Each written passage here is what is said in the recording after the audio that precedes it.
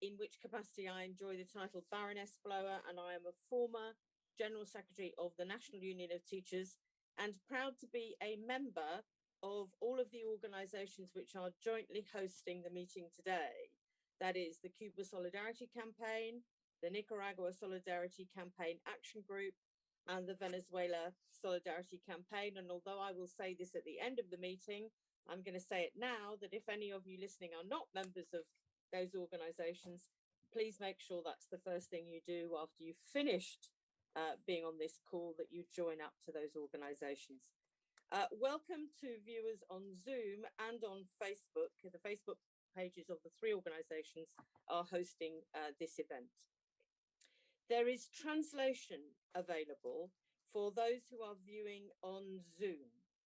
So if you are watching on Facebook and you want to hear translation, you will have to move to the Zoom call. The link has been posted for the Facebook event page too. So the translation will be available on Zoom. We have 5 fantastic guests today from Cuba, from Nicaragua, from Venezuela, and from Spain.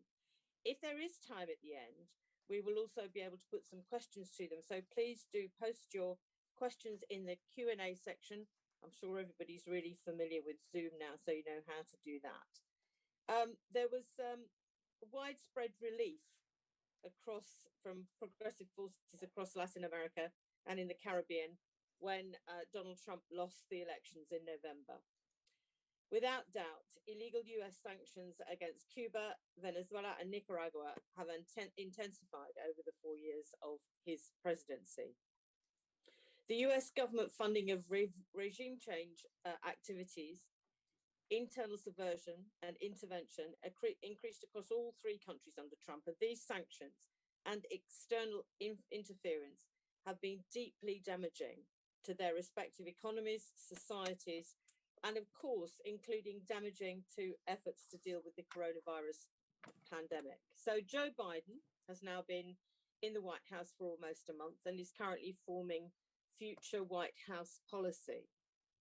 However, the indications so far are that US policy towards Nicaragua and Venezuela remain one of regime change. And whilst Biden has indicated that he may return to Obama's policy of dialogue and more positive relations with Cuba, this only scratches the surface of the intricate web of legislation and sanctions that make up the US blockade of the island now in its 59th year. Sanctions, of course, are not limited to the US, though. The European Union has taken its own actions in the area. And to speak about this, I'm delighted that our first speaker is Maite Mola, who is the Vice President of the Party of the European Left. So just before we move to Maite and to hear her presentation, I just remind you that there will be translation from Spanish into English if you are watching on Zoom. And if you're on Facebook, now is your opportunity to move over to Zoom so that you can hear it. Maite, we very much look forward to your remarks. The floor is yours. Bueno, vamos a ver. Let's see. No he entendido prácticamente nada. I practically understood nothing of what has been said. Perdón, pero he oído completamente entrecortada But the communication was very cut off, the translation. Entiendo poco, pero bueno, algo entiendo. I understand very little English, but I understand some. Thanks very much for the invitation. It's an honor and a pleasure to be here. Sabéis que el Partido de la Izquierda Europea Yeah, I want you to know that the Party of the European Left composed of 35 political parties of Europe and beyond only Europe. We have good relations with people in the United Kingdom. There is a party here that we work with. It's good to comment that the Party of the European Left approved in the last Congress a year ago the solidarity with the struggles of Latin America. From more than 12 years, we have a very solid relationship with the Sao Paulo Forum. And we dedicate a very important part of our international policy to the issue of Latin America, where we have taken very clear positions against any type of sanctions, particularly from Europe. And I would like to add that not only in the Latin American area, but also internationally, we have been very critical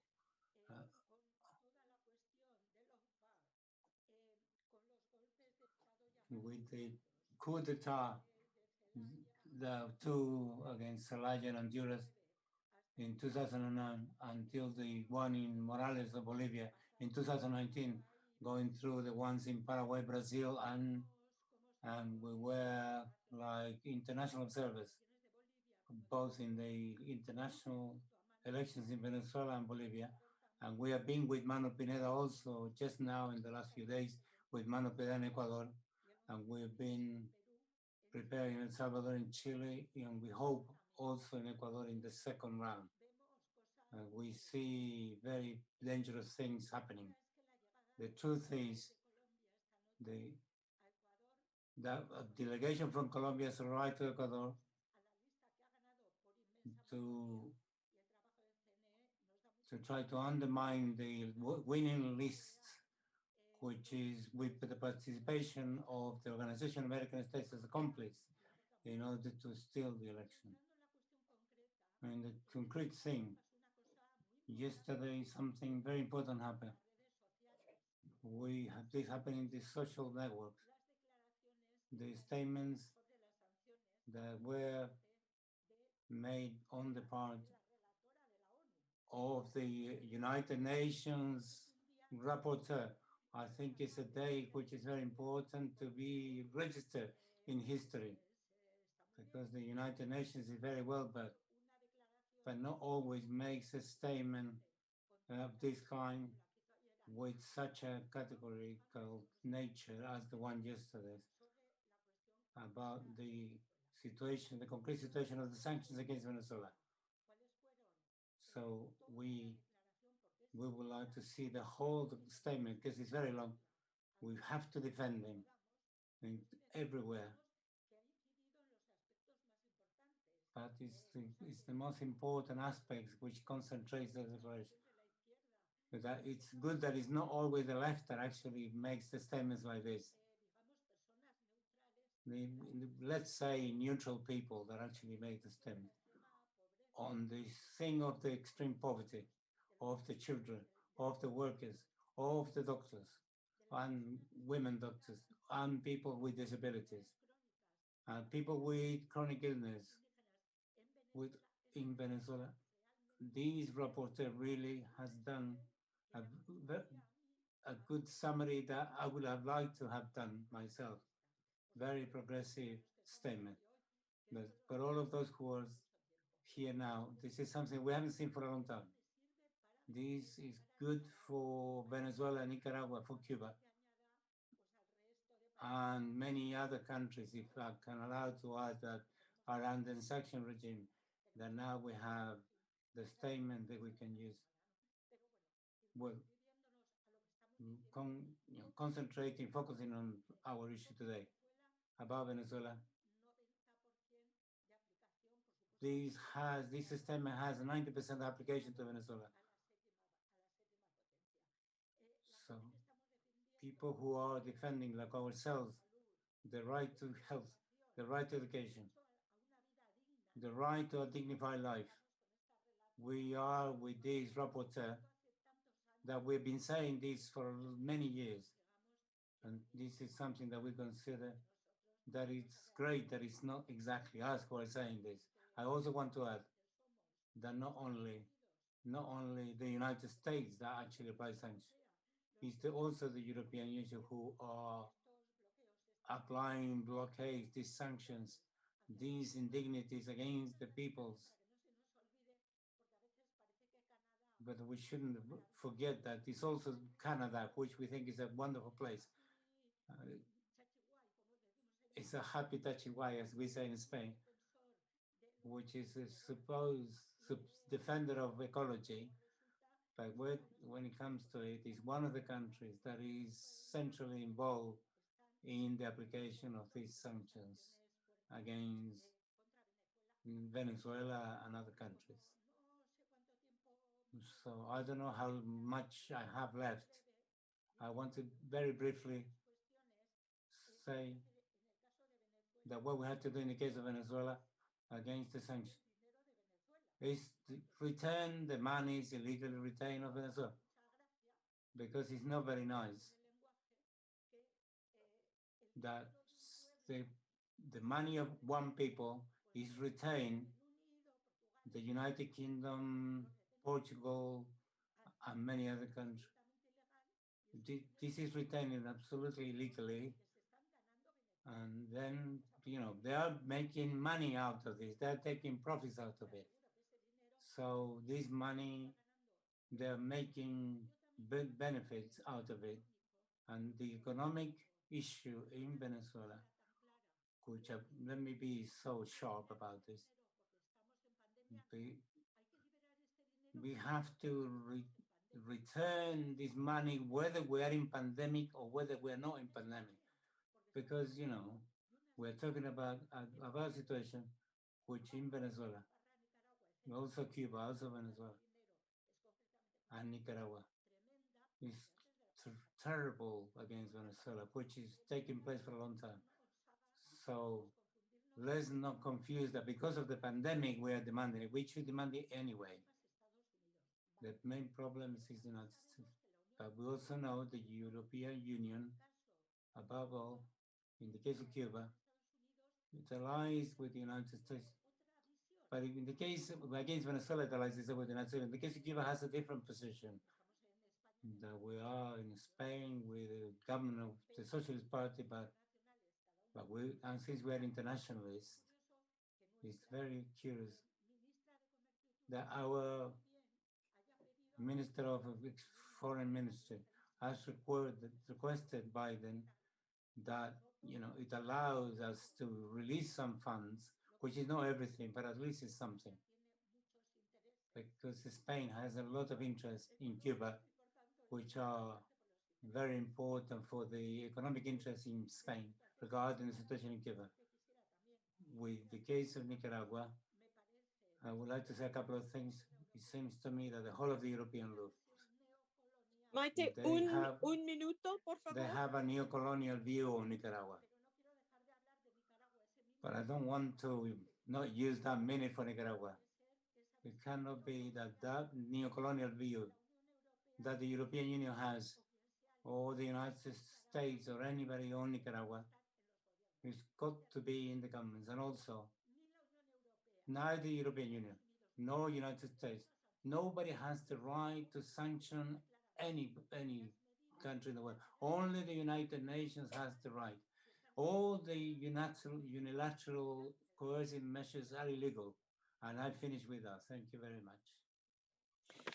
Muchas gracias, Maite. Thank you very much, Maite, for that intervention. Very well timed as well. We move now to our next contribution, which is from Nicaragua. Following the failure of the US financed coup in 2018, the US administration under Trump pushed ahead with economic and psychological warfare against the Nicaraguan people and imposed a raft of sanctions designed to put paid to Nicaragua's investment in the pro-poor policies, which have over the last 14 years led to radical transformations in Nicaraguan society. As recently as May last year, with the pandemic raging, the US saw fit to impose even more sanctions on Nicaragua. With Nicaraguan elections due in November this year, it's highly unlikely that we will see any change of policy under Joe Biden. And unfortunately, the European Union and the British government are also engaging in the US sanctions regime. So we are delighted to have with us today from Nicaragua to tell us more about the real situation there. We have Coleen Littlejohn, an international development worker who has been based in Nicaragua for 41 years. So Coleen, the floor is yours. We look forward to your remarks. Thank you very much. And good morning to all from Managua, which has been my home base for 41 years and where every 4 years I follow the US presidential elections and hope that something will change with respect to US foreign policy towards this incredible country. But it's hard to break traditions of over 160 years ago when William Walker first invaded Nicaragua to try and annex the country as a slave state to the US prior to the Civil War. Recently, President Biden's team announced their priorities for Central America, concentrating on the Northern Triangle, countries of Guatemala, El Salvador, and Honduras, in order to address severe problems of corruption, poverty, and violence, and to stop people from fleeing to the north. Fortunately, Nicaragua doesn't really qualify for those type of programs. Nicaraguans don't join the marches to the states via Mexico. She has the lowest homicide rate in Central America. No gangs or cartels are running the country. And multilateral funders, without exception, have respected the transparent management and the results of their loan portfolios. Poverty rates have decreased considerably, and the country is ranked 5th in gender equity worldwide. Nevertheless, right before he left office, Donald Trump renewed the sanctions against the country, stating that Nicaragua remained an unusual and extraordinary threat to US national security and foreign policy. And of course, the UK and the European followed suit. Sanctions include financial and travel sanctions against many top officials of the government, but these really have little or no personal impact. But it has meant changes in public administration to make sure that specific ministries, their financial transactions are not jeopardized. These sanctions also may have created uncertainty internationally with banks and potential investors, but it didn't stop the US investors who are now building a huge natural gas plant at the port of Corinto, which will help to decrease the use of imported petroleum. And as a side note, last month, 88% of Nicaragua energy came from renewable sources, and 98.5% of the population has electricity now, a big advance from 14 years ago. Individuals and organizations working on development projects have been affected, though. For example, a community-based NGO that I know who was receiving ALBA funds for social projects lost their bank account. A lot of trade unions have lost their bank account, cooperatives, and people are having problems. But there was a new law passed last week that for consumer rights that may help this situation. But the most serious aggression was the approval of the Nicaraguan Investment Conditionality Act, also known as the NICA Act, in December of 2008. Its purpose was to block the country from development financing from the major multilaterals, although pro-poor projects were supposed to be exempt. But even before the law was passed, the World Bank and the Inter-American Development Bank basically froze their programs under pressure from the United States and supported by Europe. IDB's last major loans were approved in December of 2017, and although they continued with a series of small approvals, rarely over $500,000, it wasn't until this past December that they passed some decent programs. The World Bank approved a new country strategy in March of 2018, along with the approval of 3 large projects, but then nothing until December of last year, and again now this past January. And the World Bank, most importantly, though, I think these multilateral agencies did not include Nicaragua in their initial emergency responses for the COVID pandemic, which meant that the Nicaraguan government had to deal with these issues with their general budget. Fortunately, about 60% of that budget goes to health and education, and over the past 16 years, investments in new hospitals and clinics strengthened the already well-developed community-based free health system. But there were shortages of medicines, there were shortages of tests, equipment, and personal protective equipment well into 2020. Nevertheless, Nicaragua's strategic early response to the pandemic, using her own resources, has resulted in the lowest number of infections and deaths and the highest recovery rate in the region, while keeping all its borders open under rigorous safety protocols. Although if you read the New York Times, the Washington Post, you would think that we were living in a hell right now, but fake news. Nicaragua was also not included in the initial multilateral emergency projects for the hurricanes Eta and Iota, which were the most devastating to hit the country in over 40 years. But the government's very seasoned and efficient national system of disaster prevention and mitigation was activated a week before the first hurricane hit. 100,000 emergency volunteers mobilized, 160,000 people evacuated, shelters established and supplied days earlier. No deaths were attributed to the first hurricane, 16 died in the second, unfortunately, because they were people who just didn't want to leave their homes or went back against advice. But it was not until last December and this past January that the World Bank and the IDB made more serious commitments to pandemic and hurricane relief. There is an exception, though. The Central America Integration Bank has been this exception, accompanying Nicaragua in the last few years with significant support, and now even more so in order to reactivate the economy and ensure that the region is provided with COVID vaccines. The responses have been in coordination with SICA, the Central Integration System, which has been the economic and political organization of Central American states since February of 1993. Coleen, 1 minute, please. 1 minute. Thank you. Seriously. Oh my God. Okay. Anyway, there's been no shortage of funds. I think maybe then my biggest comment now would be to say that there's been no shortage of U.S. funds for the people and the organizations who directed the terror campaign in April of 2018. Over $102 million has been given to these organizations and leaders of the opposition since 2017. And I did also want to remind people that Nicaragua has been following and been very faithful to international justice in the sense of going to the International Court of The Hague. They won in 1984. The United States never paid up. They refused to recognize the court's decision. I'd like to end up summing a statement recently made by Nicaragua's foreign minister.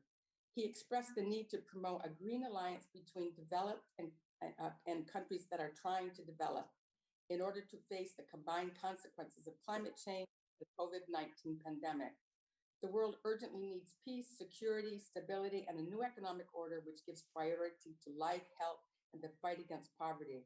We need a responsible and just world with mutual cooperation where there is no room for unilateral, coercive, arbitrary, and illegal measures, which some call sanctions, but that the people of the world called aggressions, violations of international law and the Charter of the United States.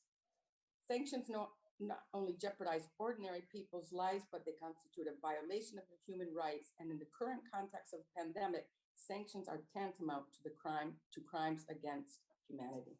Thank you. Coleen, thank you very much. And I'm sorry I cut you a bit short there, but we do want to try and get in some questions as well. Okay, we move to Venezuela now. And although the Trump administration introduced many new sanctions against Venezuela, it's important to remember that it was indeed the Democratic President Obama who was responsible for implementing many of these sanctions in the first place. There is no sign from Biden that the administration will end these during his presidency. The US sanctions against Venezuela, as I'm sure we all know, are in violation of international law under the United Nations Charter, the Organization of the American States Charter, and even US law. They were responsible for tens of thousands of deaths in Venezuela, even before the coronavirus outbreak, and more so now. The EU and Britain have followed the US lead by preventing Venezuela, and we heard this earlier from Maite, accessing funds which could help its people during this time.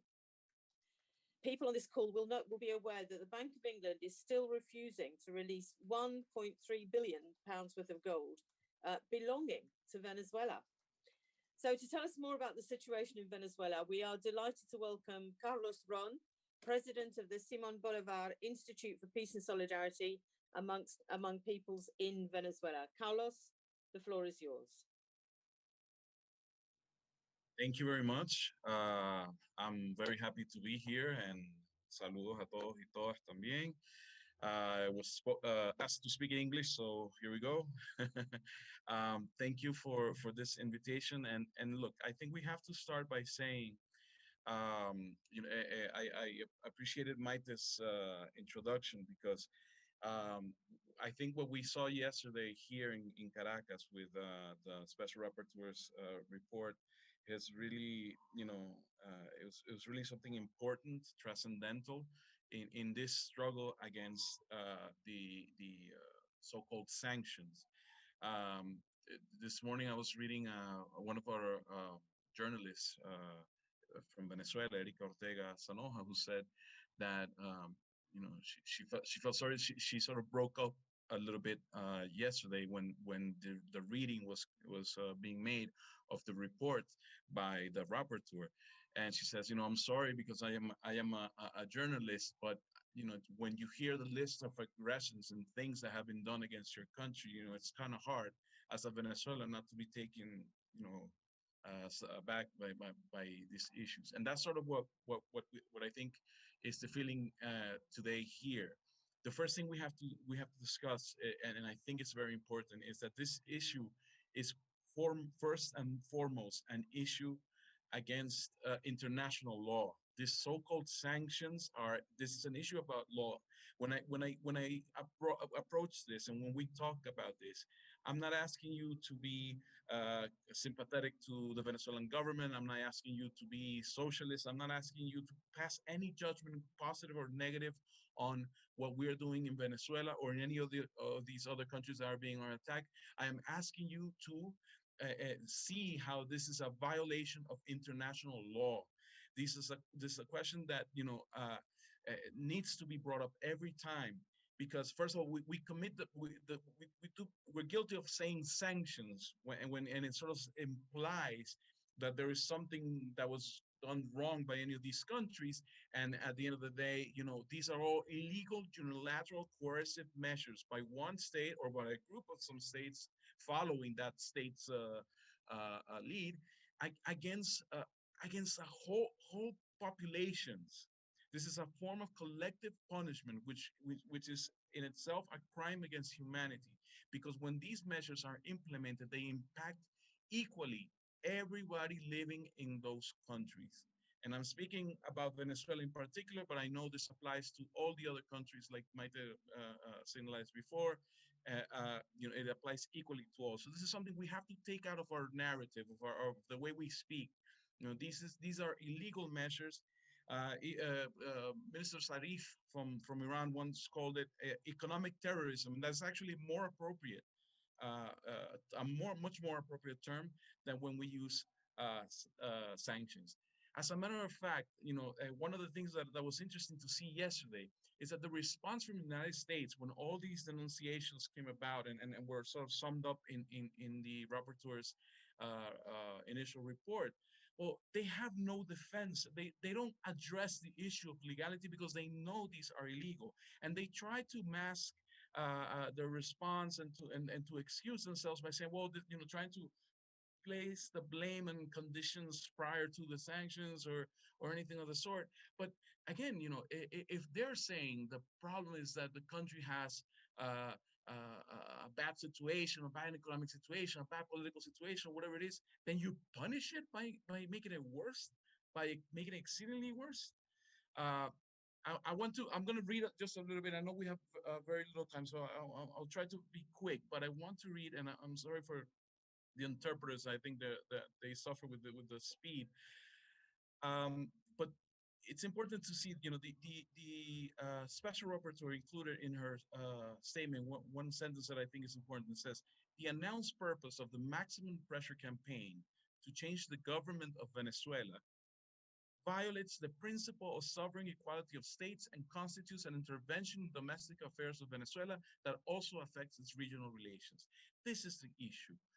These are measures taken to change the government in Venezuela, to bring about a transition, a political change, an insurrection, whatever it is. And this has nothing to do with any sort of legality. And we have to address this, every time we talk about this issue. What are the impacts of the sanctions? I think, like Coleen said, you have these sanctions that even when they are applied, they're saying, well, these are not to harm the people. These are sanctions that are only aimed at specific persons in the government that are guilty of, corruption or human rights violation, whatever they want to promote. But the thing is that when you hit these people, ministers, the president of the central bank, you start blocking the opportunity of the country to having relations to other people, because no one that has a business or that has even that provides medicine or any of the sort wants to have any relation to anybody that is on a list of people that you could later be punished for having met with them. So this is a very important issue. There's also the issue of overcompliance. This means that beyond what is written on paper, you have institutions, because of the fear of what the United States can do to them, you have institutions taking extra steps to implement these measures.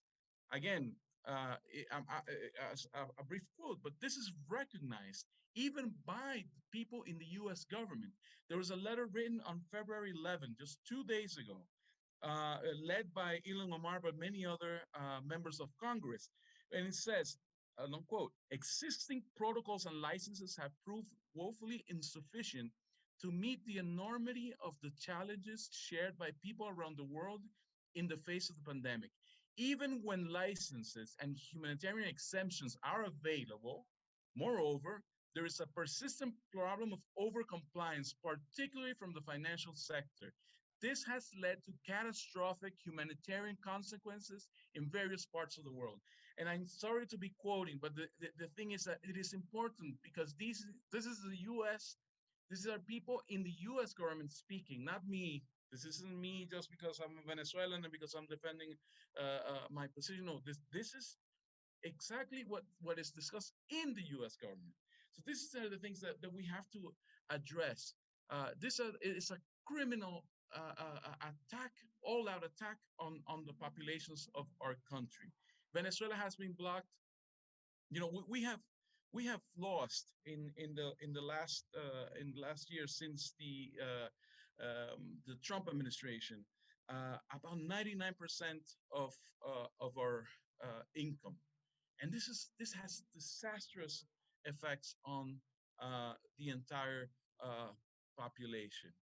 I think one of the other issues that came up yesterday during the report, which I think was important also, is to see that a lot of the programs that we were trying to implement before to, to reverse the inequality that has been traditionally a challenge in Latin America because of our colonial tradition, the neoliberal experiment that ravaged our economies. Well, we try to implement a series of important social programs, and all of these now,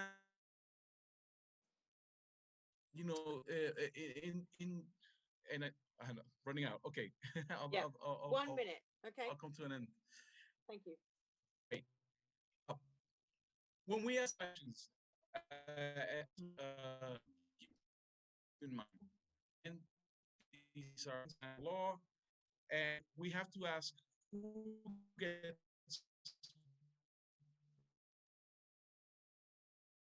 benefit in the world answers to be taken. Well, these are people that are now getting benefited themselves by their implementation.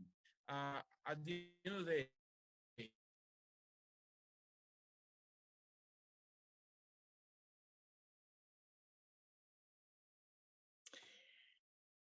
Carlos, I think I may have lost you. I did hear the vast majority of that presentation, and it was extremely persuasive about the need for us to be taking action about the situation in Venezuela. Thank you very much for that, Carlos. I hope you can come back during the questions section. Colleagues, we're now going to move to Cuba. On the 11th of January, just a few days before President Biden's inauguration, the outgoing Trump administration made the shameless decision to return Cuba to its, quote, state sponsors of terrorism list. The policy makes it harder for Biden to reverse the 200 measures that Trump took against Cuba during his administration. And last year, the annual cost of the blockade surpassed more than $5 billion in a single year for the first time in its 60-year history. So it's doubly inspiring that during that time, Cuba still managed to send 4,000 medics to 4 countries to help fight COVID-19, despite suffering the impact of the pandemic at home. So I am genuinely delighted to welcome our Cuban speaker, who is the Cuban ambassador to the UK, Her Excellency Bárbara Elena Montalvo Álvarez. Bárbara, the floor is yours. Thanks, organizer, for the opportunity to share with friends from Venezuela, Nicaragua, and Cuba this afternoon. You know, the vote on the Cuban resolution calling for an end to the blockade of the United States against our country will take place in the session 75 of the UN General Assembly, May 2021. So I'm going to present a summary of the action taken by Donald Trump administration to intensify the blockade, subvert the internal order, create an image of instability in Cuba, and overthrew the revolution. Trump administration applied 242 measures, an impressive number, and 136 of them of extraterritorial nature. Enforced Title III of the Helms-Burton after 23 years of consecutive suspensions by the previous administrations. The travel industry was a permanent target of attacks, and as you probably know, tourism is one of the main sources of income for Cuba. Warnings were issued for alleged health incidents to discourage tourism, cruise travel ban, suspension of people-to-people educational trips, modification of 2 of the licenses that would allow visits by US citizens to Cuba, and created a list of prohibited accommodations in Cuba, which included 422 hotels and private rental houses. All regular and charter flights to the entire country were canceled, except for Havana. The number of remittances was limited, and transaction from the third countries through Western Union were prohibited. They directly attacked Cuba's international medical cooperation, and the Commerce and Treasury departments resumed the import ban on any product from any country that contains more than 10% of US components. The State Department created the list of restricted Cuban entities with which persons subject to US jurisdiction are prohibited from conducting financial transactions. To give you a better idea, 231 Cuban companies are registered on that list.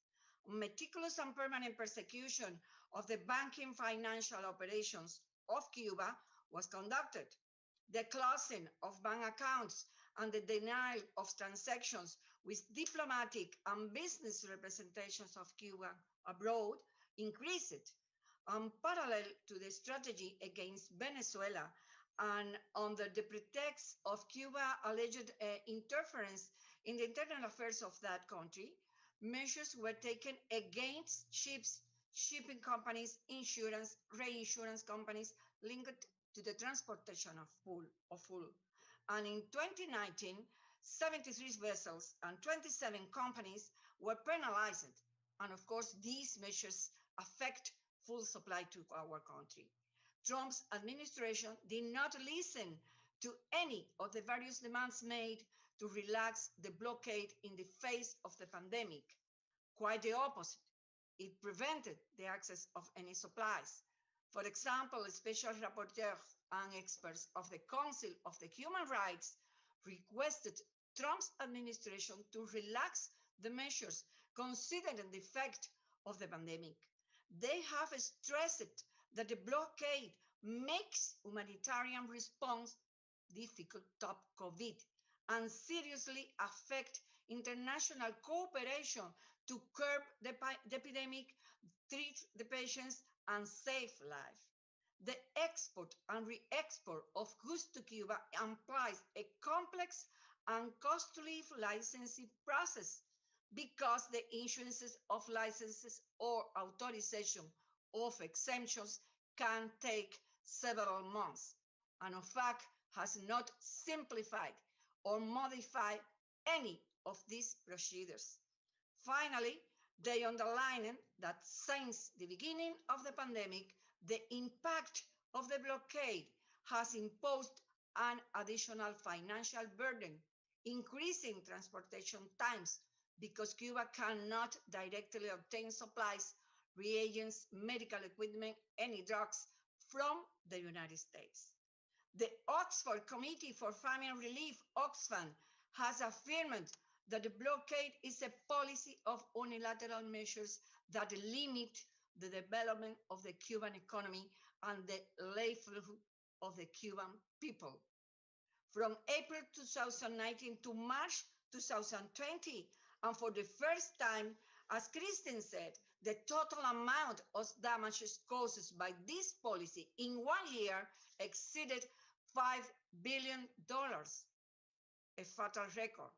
The persecution of Cuba's operations in third countries causes a high dissuasive and intimidating effect for foreign counterparts. The blockade affects the implementation of important national health programs, such as maternal and child care, and among many others. And it has happened in the past. Anyone can make a claim and collect money from Cuban funds frozen in USA, which cannot be transferred to Cuba due to the blockade, and even from the operations authorized by a license, for example. The blockade is also the main impediment to a better flow information and wider access to the internet by Cubans, making connectivity difficult and more expensive in the country, conditioning access to platforms and technologies, and to use cyberspace to try to subvert the Cuban political and legal system. Cuba was included in the arbitrary and unilateral lists which contravene international law. And the last one is the list of state sponsors of terrorism. Its goal is to defend Cuba and undermine any possibility of recomposition of bilateral relations between Cuba and the United States with the presence of a new administration. Cuba is a state victim of terrorism, including state terrorism committed by the US government or by individuals and organizations that reside or operate in the USA with total impunity and with the tolerance to the authorities of that country. These measures have received rejection internationally and from many sectors within the United States, including prominent members of Congress and Senate, religious organizations, also some international organizations, and includes Association of Cuban living abroad. Likewise, many people in the world who are not familiar with Cuba could refuse to do commercial activities with us due to the inclusion in this list, on this list. I'm not going to overwhelm you with data. This information is public, available, even from sources different from Cuba. I would like to highlight that at the same time, Trump's administration tried to apply a soft coup by instigating the subversion in internal affairs order in a desperate attempt to defeat the revolution. The soft coup scenario against Cuba remained active, and the non-conventional war is being tried in the most diverse battlegrounds. 50 years ago, Kennedy signed the proclamation that started the blockade. It is time to leave it. It is failed cold policy that the international community rejects and condemns, but the blockade caused damage. The international community accompany us in this claim, and friends of Cuba all over the world support us in this claim.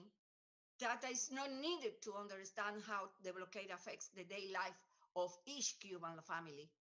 However, I finish saying, while it lasts, we will resist because, as Fidel said, we will face the necessary risks as long as needed. We will face the necessary sacrifices as long as needed, because we take full responsibility for our conduct, for our history, and for our revolution. Thank you very much.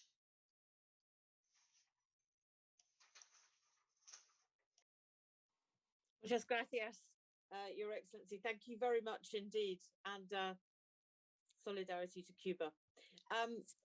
Let me just say that before we move on to our final speaker, we have been getting some questions coming in, and we will take some of them. So make sure if you've got a question, put it in now. I'm just going to say at this point, though, that there is a question from someone about the health situation with COVID must be very bad. And the question is, how can Unison branches and other trade unions help send materials such as PPE, and will sanctions block such aid? Let me just say that that's a question that's best posed to the solidarity campaigns, all of the solidarity campaigns. You can see the details of how to get in touch with them today. So if you would like your union branch to engage in some activity of that kind, do get in touch with the solidarity campaigns. So now we move to our final speaker, who is Manu Pineda. He is a Spanish United Left MEP in the European Union. He will be speaking in Spanish, so make sure that you're on the right channel if you wish to hear him. Okay, Manu, the floor is yours. Muchas gracias. Thank you very much, dear comrades. In the first place, for having organized this event of solidarity with the countries under aggression from the United States, is this form of dirty war which the Sanctions represent. And there are other forms such as lawfare, which is substituting what in the past used to be tanks or other form of aggression, and to try to destroy their sovereignty. I want to thank especially because I can see my teacher and also Maite and also Carlos Ron. I'm going to concentrate at the request of the organizers. I want to focus more European, because there are people who are putting forward the positions of Venezuela, Cuba, and Nicaragua. So I'm going to concentrate on what the European Union is doing now and the new mechanism that they're applying, and they intend to apply and to set in march in the next months.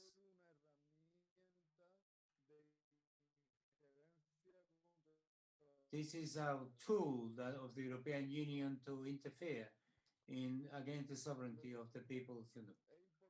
The first is important to remember that the capacity or the only institution that can impose sanctions at the level international is in the National Security Council of the United Nations.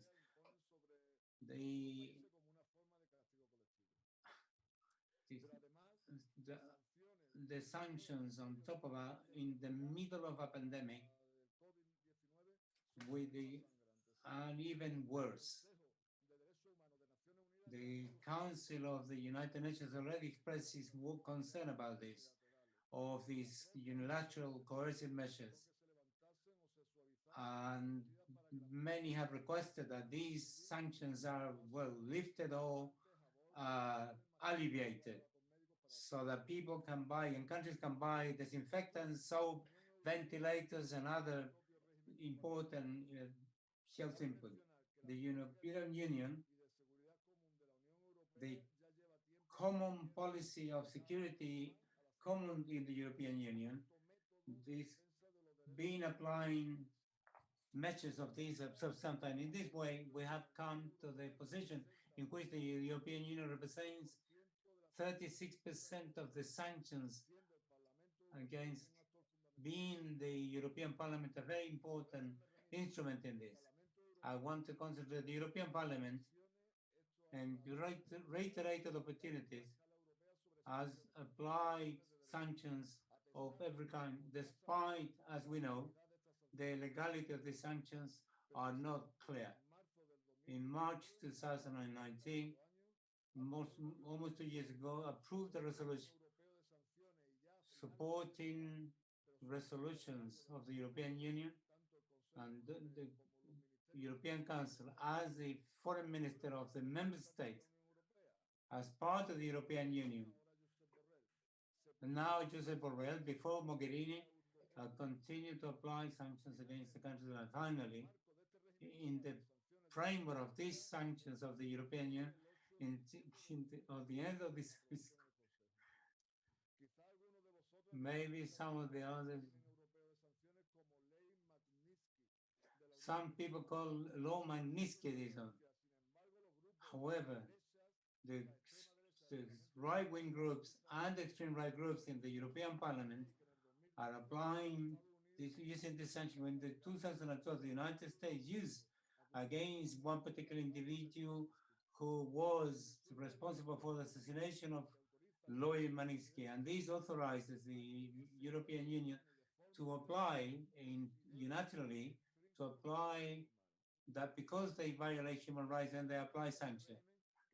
This regime, which exists now in the European Union, we can say, in theory, that the supposedly never persecutes individuals or entities that are responsible of human violations. The people and entities that support financially, and all of those who are in this list, in the Magnitsky list, the sanctions will consist in the possibility to travel and in the confiscation of resources. And this applies to individuals as well as entities. And the European Union refuses to lend economic and financial support to these institutions. The kind of sanctions that are applied are for crimes such as genocide and violation of human rights. These apply to the destruction of individuals and also generalized abuses and systematics that may be of the concern of the foreign policy of the European Union. Who are included in this list? These are part of the decisions of the European Union foreign policy. This final list should be approved by unanimity by the European Union, the whole of the process, including the whole process, that it cannot be the application of sanctions will be the competence. There is no independent organization, either civil society or the European Parliament, that actually participate in making this decision. So there are no objective criteria to make decisions today. What are the negative points? In the first place, on the one hand, it is a mechanism that certainly will be used as a new tool of interference against these countries, weaponizing, in this case, the foreign policy of the European Union in the form of sanctions. There is no form of deciding objectively regarding the application of sanctions, which in the case of the violation of human rights of friendly countries, then the European Union has one line, and when it comes to other countries, the European Union has a different line. Many times, this information is obtained through intelligence services, which determine the sanctions that the European Union applies. So these selective sanctions are determined. We know that the selective sanctions are applied to certain countries only. For us, it's a question of principle that we are against this future regime of sanctions of the European Union. In the next months, probably, we'll have to debate about this question in the European Union. But at this particular point in time, this is not easy for us. We have to understand that the extreme right wing and the right wing are very powerful and very strong. They have hegemony. Despite not having numerical evidence, they have enormous influence in the European Parliament, and this is important that is known. Right now, a representative of the extreme right wing, the reformists, FRF, and the various, the democratic identity, and the reformists and conservative Europeans, as well as the People's Popular Party of Europe, they're all, we have members of the extreme right, three very powerful parliamentary groups. And we have been witness of debates that even sections of progressive sections of society are assuming, are taking out the hatred, the discourse of hatred of the right wing, and they are coming closer to the extreme right wing, and this is what determines the foreign policy of the European policy. And the European Union is getting closer and closer to Fortress Europe, which, applies sanctions and deportations to people who are running away from various countries where there have been conflict. And this is a scandal that, that this is scandalous regarding the question of human rights. And we continue to raise it in the European Parliament. But the most scandalous case that of the capitulation and the intimidation of progressive positions in where the European Parliament took a decision that made the same, equated fascism and communism. We have this type of debates in the European Parliament, that because of that type of debate, and this is part of the competence of the European Union. The relation of forces in the European Parliament is pretty bad.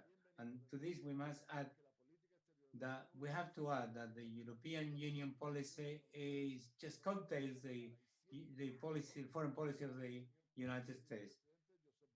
And we have, Josep Borrell, which expresses this view.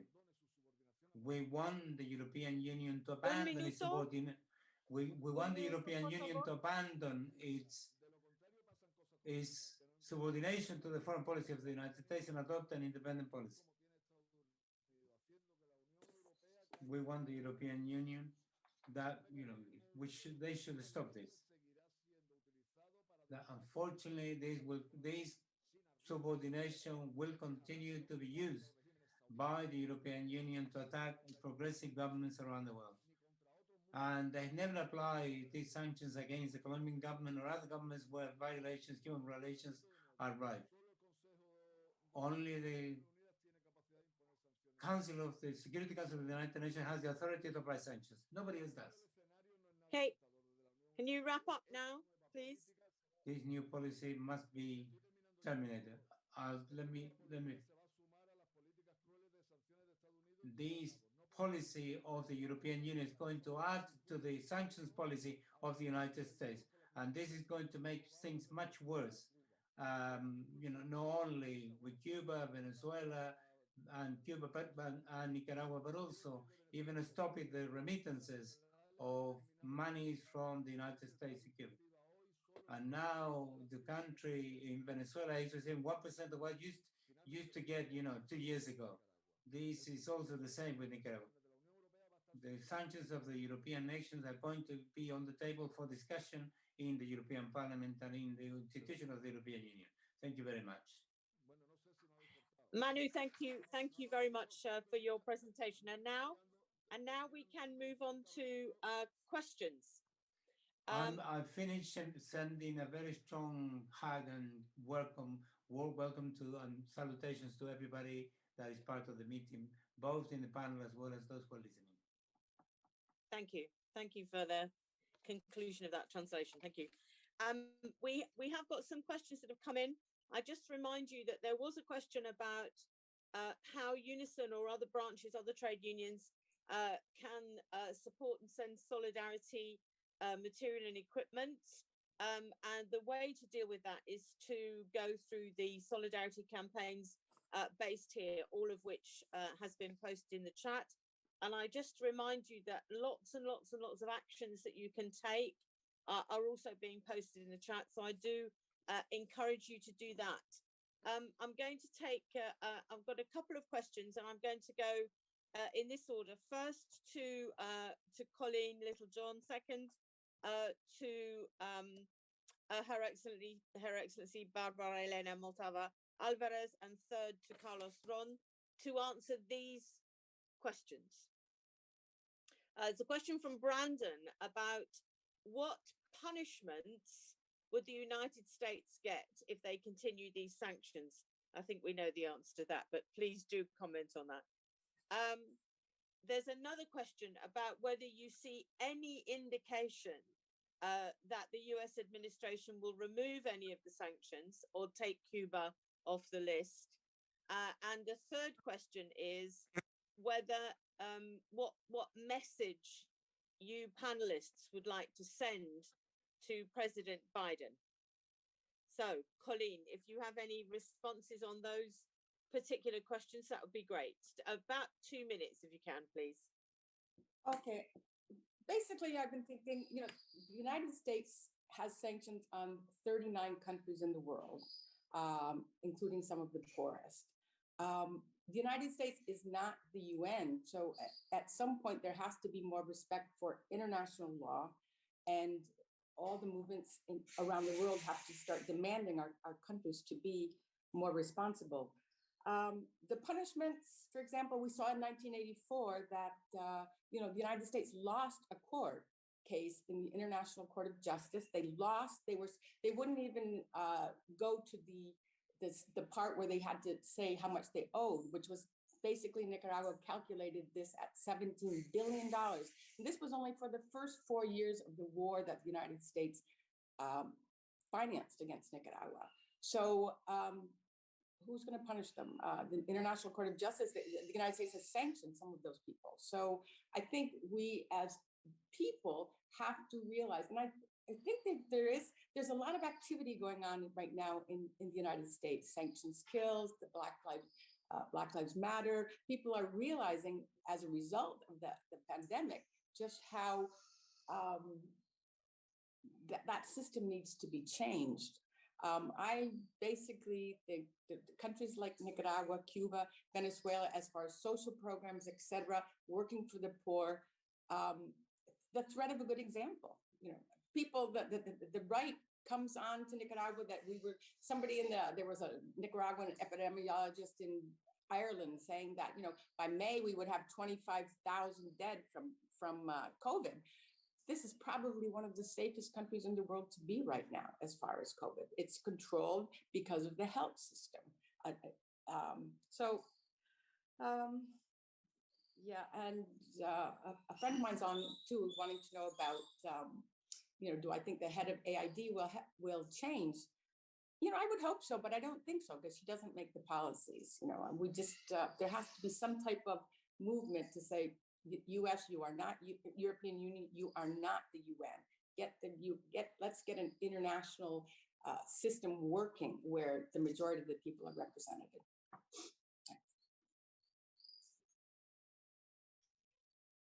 I'm ready. It's okay? Respect for international law is not very high up the US agenda, as we well know. Thank you very much for those remarks. Do you want to say a one-sentence message to Biden? Yeah. Okay. Come down and visit. Come and see what the United States has been trying to destroy for the last 40 years. Excellent message. I went in 1981. It's not the same country. It's so, yeah, come and. Thank you. Thank you. That's an excellent message. Okay.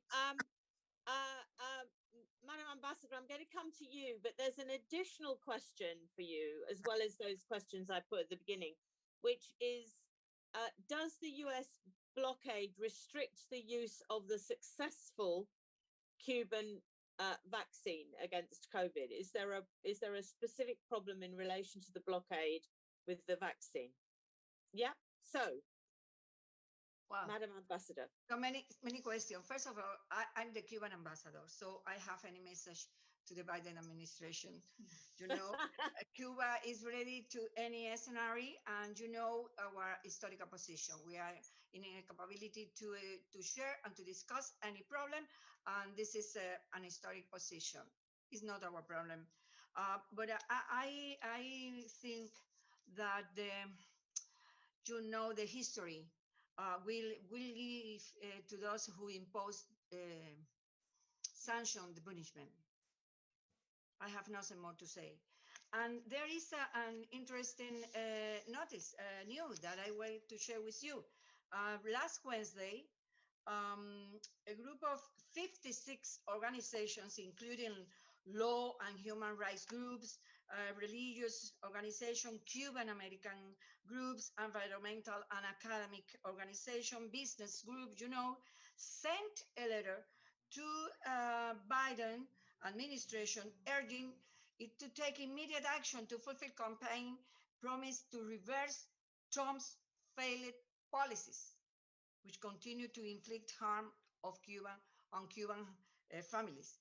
And they affirm, these people affirm, that it's in the interest of the United States and in the interest of the Cuban people to move rapidly toward a more normal relationship and urge Congress to take legislative action to end the restriction and to move toward to a complete end of the U.S. embargo, as they said. For us, it's a blockade. So I think this is an interesting aspect. And finally, about the impact of the blockade into a specific item of the vaccine. Well, we need, for example, we are trying to, if you have problem to buy anything, well, it's a reflex. For example, something so simple as a jab is the la jeringuilla, syringe. We don't have enough. And all people who are related with the solidarity with Cuba know how difficult it is to put in Cuba a simple box of medicines. So yes, don't affect the support of the government, the action of our scientists, the passion of our people, the capability to produce a vaccine, because we produce the human experience in Cuba, Cuban experience. Cuba research and produce vaccines. So we are in this path without any doubt. But yes, there is an impact. How many syringes we need to the trials? 1, 2nd, 3rd. And you need to, later, when we obtain the vaccines, we are sure that you obtain. To guarantee a whole population was vaccinated.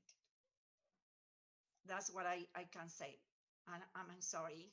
No, that's a very clear exposition and response. Thank you very much. Okay, we come now to Carlos. We lost you a little bit right at the end of your initial presentation, but I think you got those questions, didn't you? The ones that I asked. So can you tell us how you respond to those things? I think I agree with our other panelists in this issue. I mean, I think our biggest struggle and hope is that international law is finally respected on these issues. That's why we in Venezuela have brought a case at the International Criminal Court against the people that perpetrated these, cited these sanctions and measures and so forth. And hopefully, we believe in international law, so we want to see some actions come out of that. But I think also it is important, all actions that can be taken to address public opinion, both in the United States and in the other countries in Europe and elsewhere that are also join into this the use of these measures. We have to keep this conversation going. We have to keep these denunciations push for a change of policy within their own countries. With regards to a message, I think that as the Simón Bolívar Institute, being an institute for peace and solidarity, our main message to the new administration really is to go back to diplomacy, to go back to not miss the opportunity, the historic opportunity of making a change in that policy, and to engage in diplomacy so we can talk about differences, work them out in other ways that don't affect entire populations. I think Otherwise, it will be just a deepening and a continuation of the criminal agenda that Trump implemented, and that others before him have similarly implemented on other countries. So take this opportunity, I would say, take this opportunity to approach things with diplomacy and dialogue, rather than make millions of people suffer. Thank you very much, Carlos.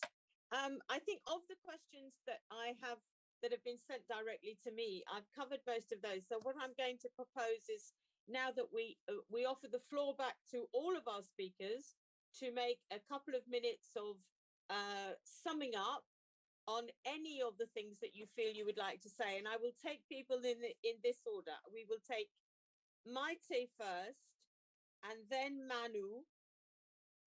So take those speakers first, the colleagues we haven't heard from, and then we will come back to the colleagues on the screen, and I will say in which order, okay? So Maite, 2 minutes of summing up from you, if you would like to.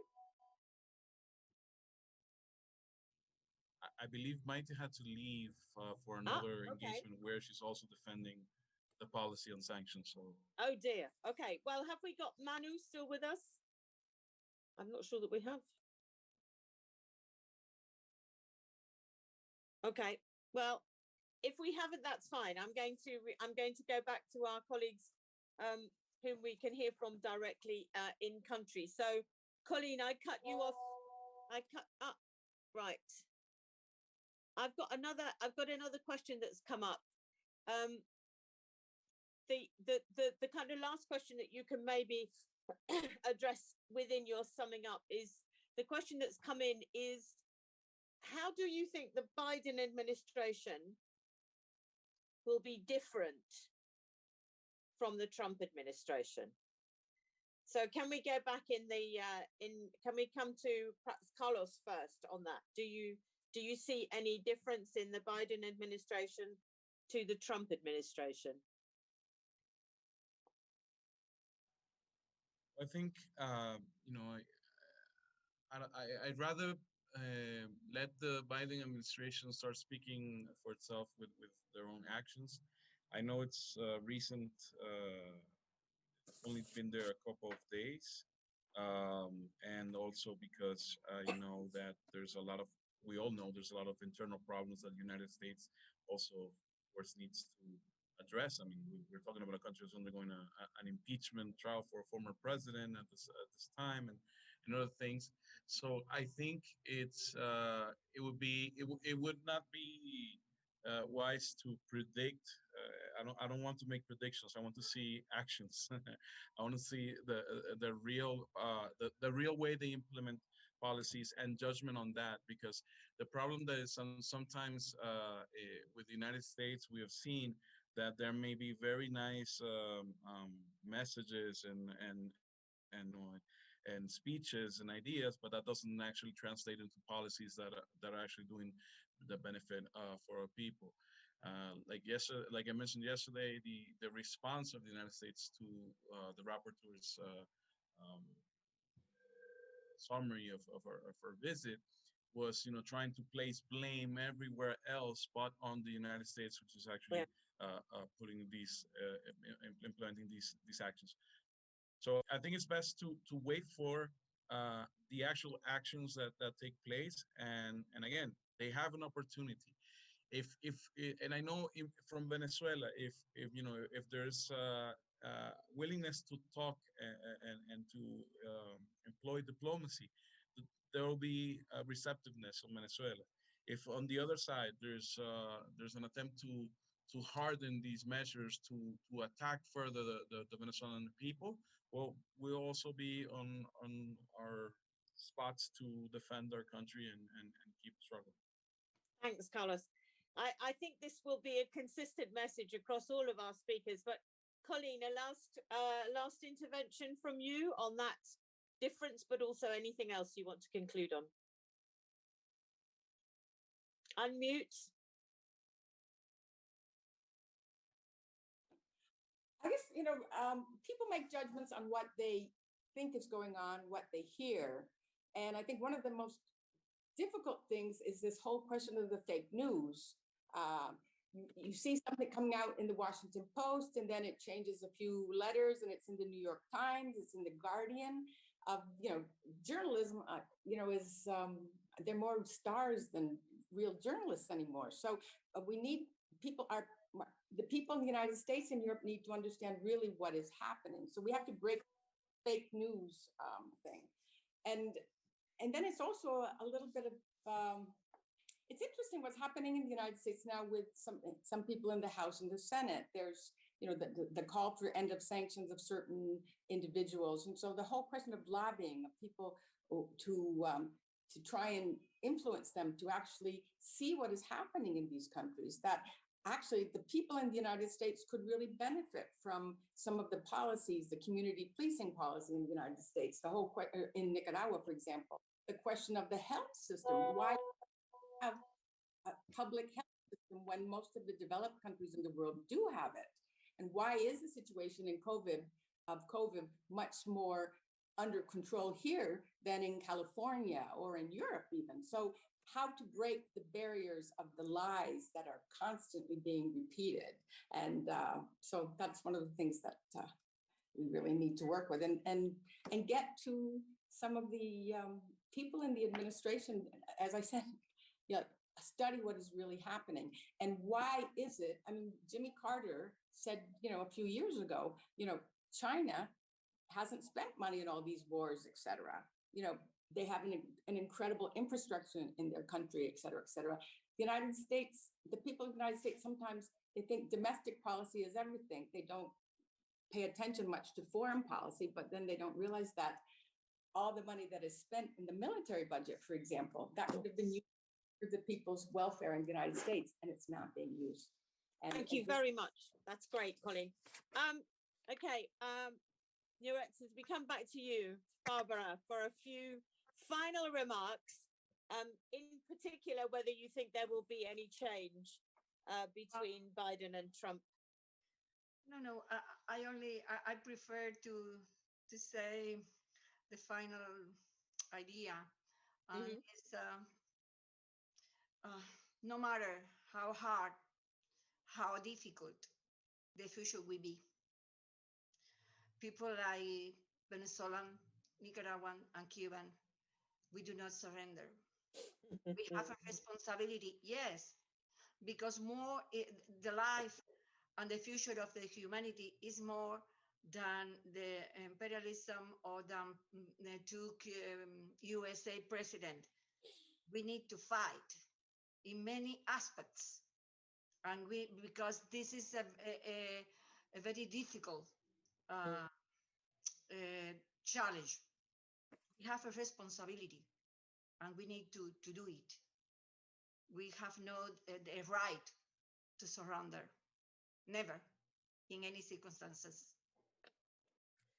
Thank you very much. That's a very inspiring message to end the meeting this afternoon. So we've taken a lot of your time. It's been very worthwhile for all of us to hear from all of you. So thank you very much indeed. Let me just say this in conclusion.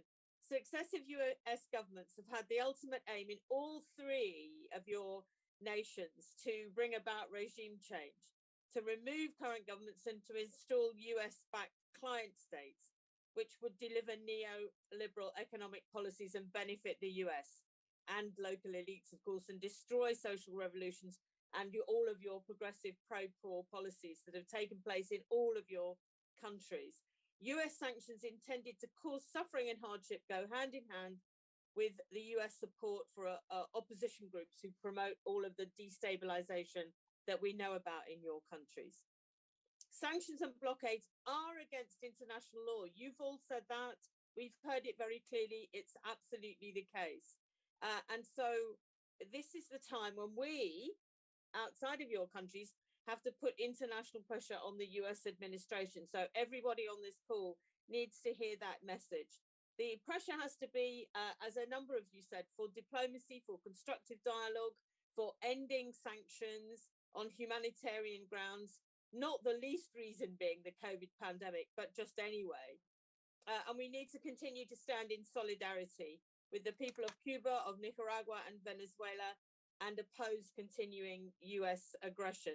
So I am delighted to give that message on behalf of those who are on the call to you today. Thank you very much for joining us. Can I just say thank you again to all of our speakers and also for the people who did all the technicals for us. And last but not least, can I please say that it's really important that if any of you are on this call and you are not members of the Cuba Solidarity Campaign, the Nicaragua Solidarity Action Group, and you are not a member of the Venezuela Solidarity Campaign, do not leave your screen until you have become a member. This is a really important message. So hugs to you all. One of these days we will meet again in either Nicaragua or Cuba or Venezuela. And until then, solidarity to you all. Thank you very much for being on the call. We will see you all again soon. Bye-bye.